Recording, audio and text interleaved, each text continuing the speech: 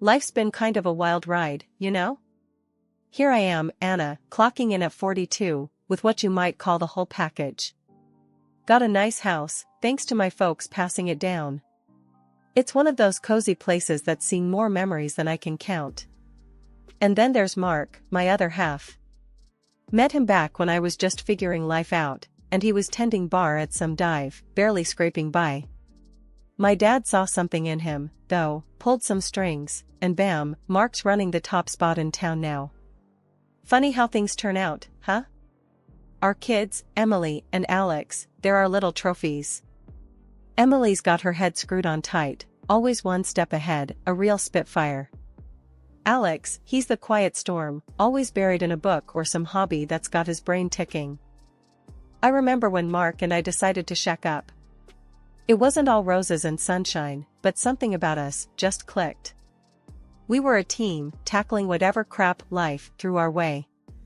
When Emily came along, we were over the moon, and then Alex rounded us out. Felt like we hit the jackpot, you know? Mom, why'd you pick Dad, of all people? Emily would ask, her tone dripping with that teenage mix of curiosity and skepticism. I'd laugh, tossing a look Mark's way. Well, he made me laugh. And your granddad thought he could use a leg up. Seemed like a good bet. Mark would chime in, and I had the charm. Don't forget the charm, Anna. Yeah, charm, I'd echo, with a wink. Life with Mark was never dull. He had a way of turning the mundane into something worth remembering. Alex, ever the observer, would add, Dad's cool. He knows everyone and everything about the bar. That bar, it was more than just a job for Mark. It was his kingdom, and he ruled it with a kind of passion that was contagious. My dad helping him land that gig was the best kind of meddling. Gave us a stability we might not have had otherwise. We'd sit around the dinner table, the four of us, and it felt like we were in our little bubble. This is it, you know?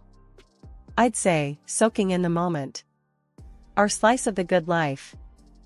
And that was us. A bit rough around the edges, maybe, but solid.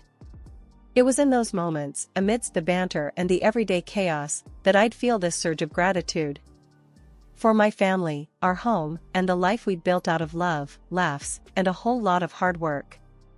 It wasn't perfect, but damn, it was ours. The thing about doubt is it creeps up on you like a shadow at dusk, silent and almost invisible until it's all you can see. That's how it started with Mark.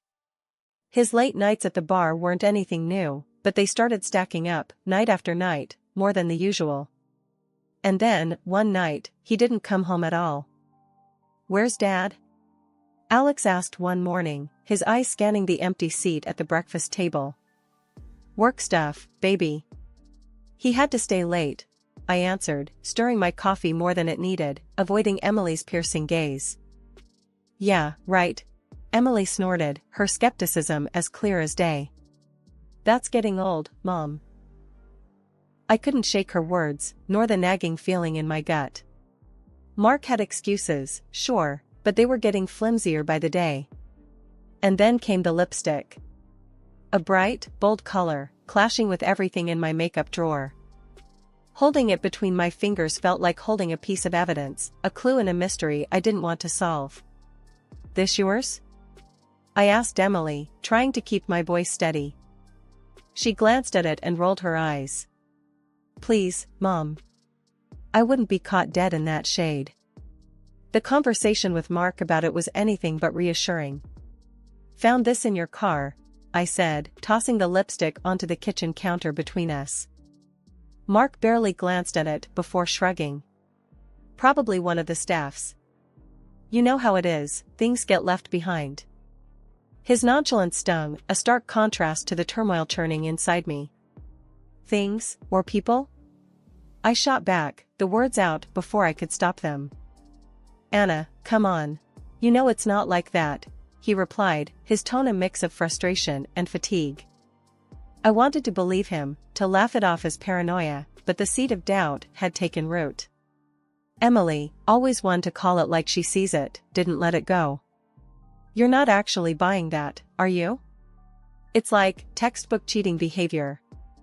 Her blunt assessment hit hard. What do you suggest then, detective? I asked, half in jest, half desperate for any kind of guidance.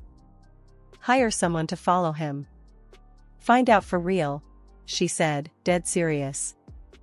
The idea was ludicrous, something out of a TV drama, not our life. But the thought lodged itself in my mind, growing with every unanswered call, every vague explanation of Mark's whereabouts. Deciding to hire a private investigator felt like crossing a line, the first step down a path I wasn't sure I wanted to tread. But as I tossed and turned, I realized that not knowing was worse than any truth I might uncover. The uncertainty was a constant, gnawing presence, and I needed it gone. Morning brought a decision, a resolve hardened by a restless night. I'm going to do it, I told Emily, her nod of approval, both reassuring and terrifying. Mark, oblivious to the storm brewing, kissed me goodbye that morning with a casual, "See you tonight." I watched him go, the familiar routine now tinged with suspicion and fear. What I was about to do felt like betrayal, yet wasn't that what I feared he was doing to me? The irony wasn't lost on me, but neither was the determination to find the truth, no matter how it would change us. The week after deciding to hire a PI felt like the longest of my life. Every time Mark left for work, I wondered if today would be the day I'd get the call with news I didn't want to hear. But when Peter, the private investigator and an old family friend, finally rang, his news was like a breath of fresh air I didn't know I was holding in. No signs of cheating, Anna. Just work and the usual errands, Peter reported over the phone, his voice a mix of professionalism and relief. I almost dropped the phone, a laugh bubbling up from somewhere deep inside. Are you sure, Peter? Like, really sure? Cross my heart. I followed him to the bar, a car service station, and even a grocery run. If he's seeing someone, he's got them stashed in the cereal aisle, Peter joked, trying to lighten the mood. The relief was palpable, washing over me in waves. When I shared the news with Emily, her reaction was a mix of relief and skepticism. So, we just trust him again? Emily asked, eyebrows raised, her tone laced with doubt. It looks that way, honey.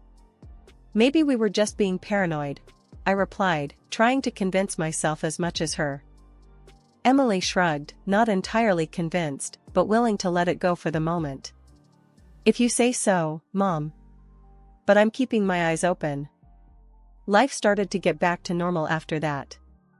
Mark's late nights didn't stop, but the suspicion had been lifted, replaced by a tentative trust.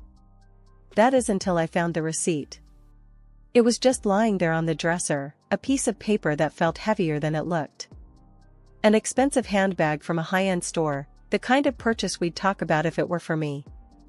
I waited for days for Mark to mention it, to hand me a gift-wrapped box with a sheepish smile, but it never came.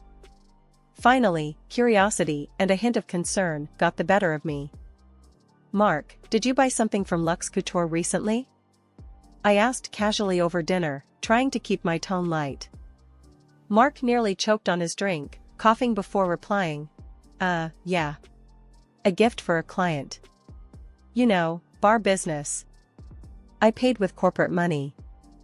The explanation felt off, forced. I nodded, trying to shove down the doubt creeping back in. The ease that had settled over our house after Peter's call was cracking, the receipt a reminder that trust, once questioned, isn't easily rebuilt. The next morning, I made a decision. I couldn't let it go, not without more proof. I'm going to check our account, I whispered to myself, a plan forming. Just to be sure. But what I found only deepened the mystery. A large withdrawal, around the same time as the purchase of an expensive handbag. When I called the dealership about the supposed car repairs Mark mentioned, they had no record of him. I was trying to piece together a puzzle with half the pieces missing, and every new bit of information just made the picture more confusing. It was during one of these restless nights that my niece, Lily, dropped by unannounced. She was always a bit of a free spirit, bouncing from one thing to the next, and recently she had started working at the bar Mark managed. Hey, Aunt Anna, just thought I'd swing by. See how you're doing, she said, breezing into the kitchen where I was trying to drown my suspicions in a cup of tea. I couldn't help but notice the flashy new handbag she had slung over her shoulder. It was hard to miss, considering it looked exactly like the one from the receipt I found. "That's a nice bag, Lily." "Looks expensive," I commented, trying to sound casual. Lily glanced at her handbag and then at me, a flicker of something crossing her face, before she masked it with a smile. "Oh, this old thing? Got a great deal on it." You know me, always on the lookout for a bargain. The way she said it, too quick, too rehearsed, set off alarm bells in my head. "Funny," I started, leaning against the counter. "It looks just like one from Luxe Couture. Saw a receipt for something similar. Was wondering who it was for." Her reaction was immediate and telling. She shifted uncomfortably, her gaze darting away. "Luxe Couture? Really?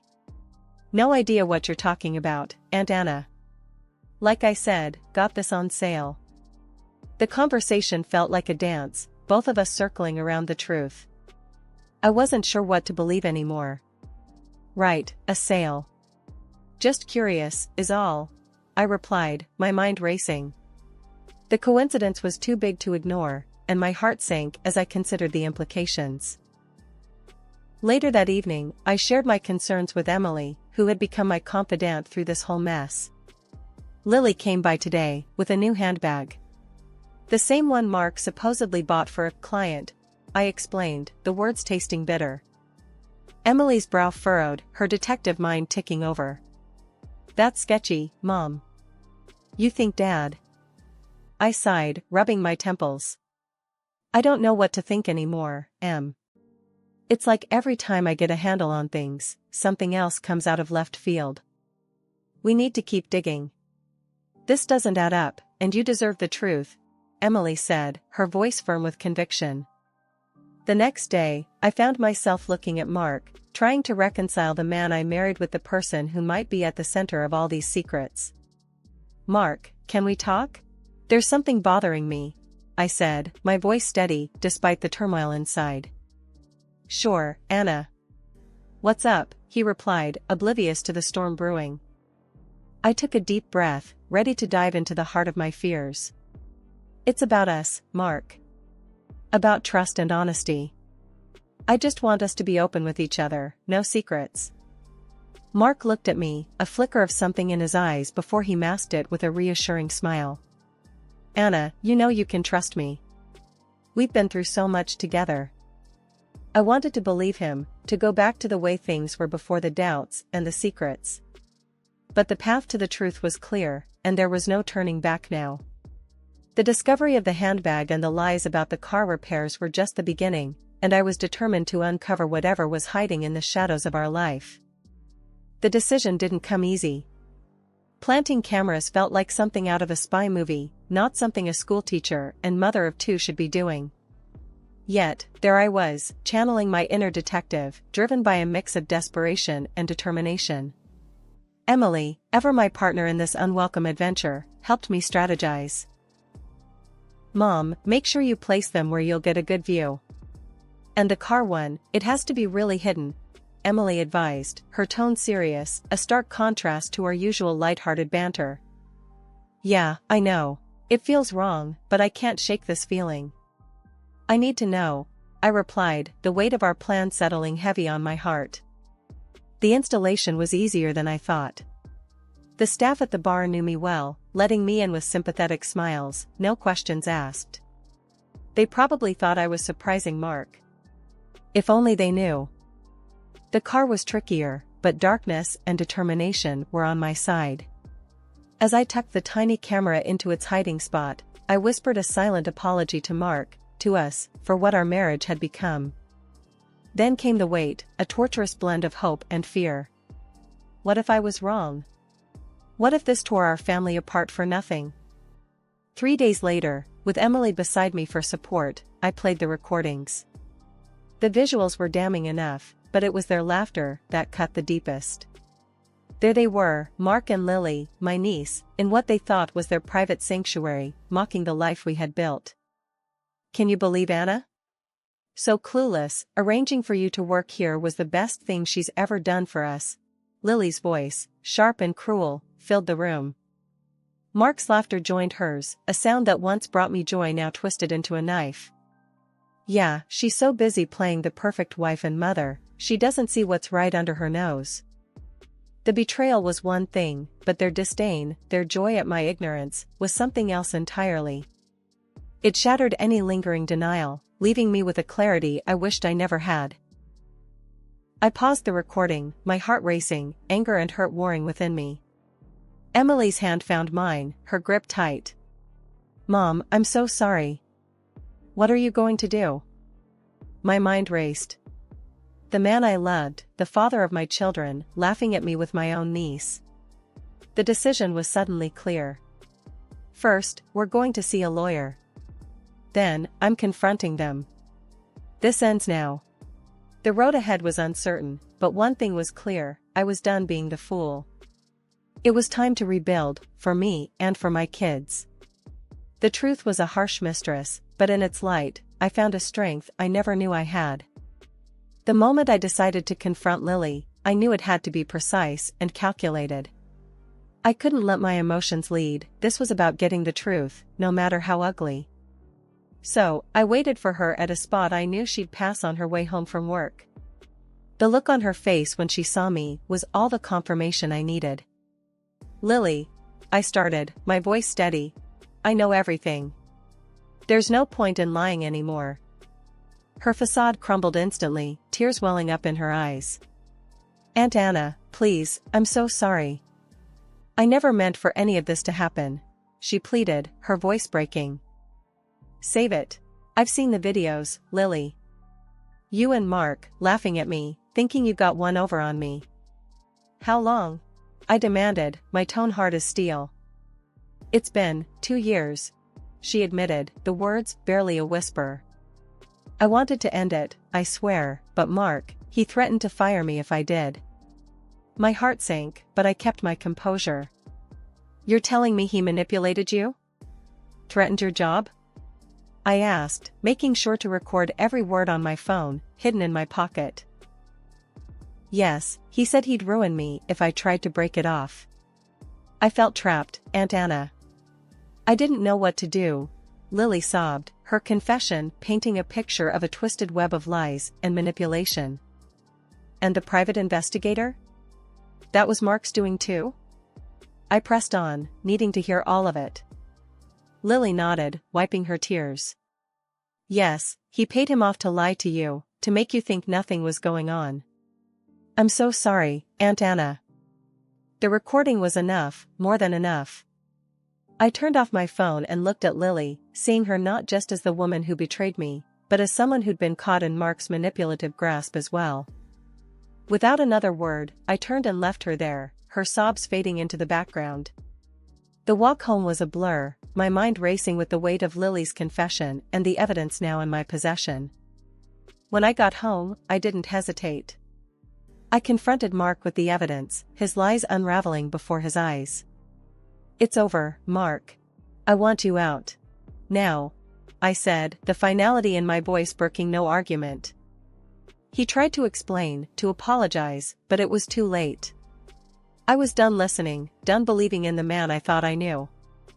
Emily and Alex stood by me, their support unwavering. We're with you, Mom. All the way, Emily said, her arm around my shoulder. Mark left that night, taking his lies and betrayal with him. As I watched him go, I felt a mix of relief and sorrow. Relief that I was finally free from the deception, and sorrow for the love and trust one had lost. But looking at my children, I knew we'd be okay. We were stronger together, and no amount of betrayal could break the bond we shared. The road ahead would be tough, but with Emily and Alex by my side, I was ready to face it head-on. The moment I decided to get legal with Mark and Lily, I knew I needed someone tough, someone who wouldn't let them off easy. I found just the lawyer, a guy known for not pulling punches in divorce court. The day I walked into his office, I laid it all out, bare bones and raw. I want them to pay every last cent they owe for what they've done, I told him, my voice firm, betraying none of the turmoil that had been my constant companion these past weeks. The lawyer, a grizzled veteran of family law wars, nodded, his eyes sharp. We'll go after them hard. Your husband for support and your niece for damages. They won't know what hit em. Good. They think they can mess with my life and walk away? Not happening, I replied, the anger giving my voice an edge. The trial was a circus, each blaming the other like kids caught in a lie. Lily, tearful, tried to pin it all on Mark, saying she was led astray. Mark, ever the charmer, tried to twist the story, making Lily out to be the seducer. Sitting there, listening to them trying to outdo each other in deceit, I felt a cold satisfaction. They were unraveling, and the judge saw right through it. In the end, the judge laid down the verdict like a hammer. Both defendants will pay significant monetary compensation for their actions. Additionally, Mr. Mark will provide child support as mandated, he declared, his voice leaving no room for doubt. Lily's parents, red-faced and silent throughout the ordeal, paid up her part of the fine. Last I heard, they dragged her back to the countryside, hoping to hide their shame and her betrayal far from prying eyes. As for Mark, watching him realize he couldn't charm his way out of this one was a small, vindictive pleasure. The look he gave me, a mix of disbelief and resentment, was all the closure I needed. Walking out of that courtroom, I felt lighter than I had in months. It wasn't just about the money, though that helped. It was about accountability, about making sure they faced the consequences of their actions. Back home, I sat down with Emily and Alex, telling them everything. It's over. The judge made his decision. We can start to move on now, I said, my voice steady. The road ahead would still be tough, but with my kids by my side, and justice served, I felt ready to face it. Mark and Lily's betrayal would always be a part of our story, but it wouldn't define us. We were moving on, stronger and closer than ever. Life after the trial felt like waking up from a long, troubled sleep. The house, once filled with tension and secrets, now buzzed with a new kind of energy, one of hope and renewal. I found myself in the kitchen one morning, the sunlight casting a warm glow over the breakfast nook, with Emily and Alex chatting about their day ahead. Mom, you know what? I think we should paint the living room. Like, really brighten the place up, Emily suggested, her spoon pausing midair. I looked up, surprised by the suggestion, but then it hit me. She was right. You know, that's not a bad idea. What color are you thinking? Something bold. Maybe a sunny yellow or a bright blue. Make it feel new, she replied, her eyes lighting up with the thought. Alex chimed in. Can we get a new couch too? The old one's kinda, well, old. I laughed, the sound more liberating than I'd expected. I think we can manage that. It's time we made some changes around here, huh? Yeah, make it ours again, Emily said, a smile spreading across her face. As we delved into plans for redecorating, I realized this was more than just changing up a room. It was about reclaiming our space, our life, making it reflect who we were now, stronger, closer, and ready for whatever came next. Later that day, as I was sorting through some old boxes, I found a photo album filled with pictures of the kids when they were younger. Flipping through it, the memories came flooding back, not just of the good times, but of the recent struggles too. Hey, look at this, I called out, holding the album open to a page where Emily had chocolate smeared all over her face, and Alex was laughing beside her. They came over, and we all huddled around, laughing and reminiscing. We've been through a lot, haven't we? I mused, a hint of nostalgia in my voice. But we made it, Mom. We're still here, still a family, Alex said, leaning against me. And we always will be, no matter what, Emily added, her hand finding mine. The moment was simple, yet profound, a reminder of what we'd endured and overcome. It solidified my resolve to ensure our new beginning was built on love, laughter, and the unbreakable bond we shared. One evening, as we sat in our newly decorated living room, the vibrant walls embracing us in their warmth, I looked at my children and felt an overwhelming sense of pride and love. we did it, kids. We started over, and look at us now, I said, my voice thick with emotion. Yeah, we did, didn't we? Emily grinned, snuggling into the new couch. This is just the beginning, right, Mom? There's so much more to come, Alex said, his eyes bright with hope. I nodded, my heart full. Yes, this is just the beginning. Our beginning. And I have a feeling it's going to be amazing.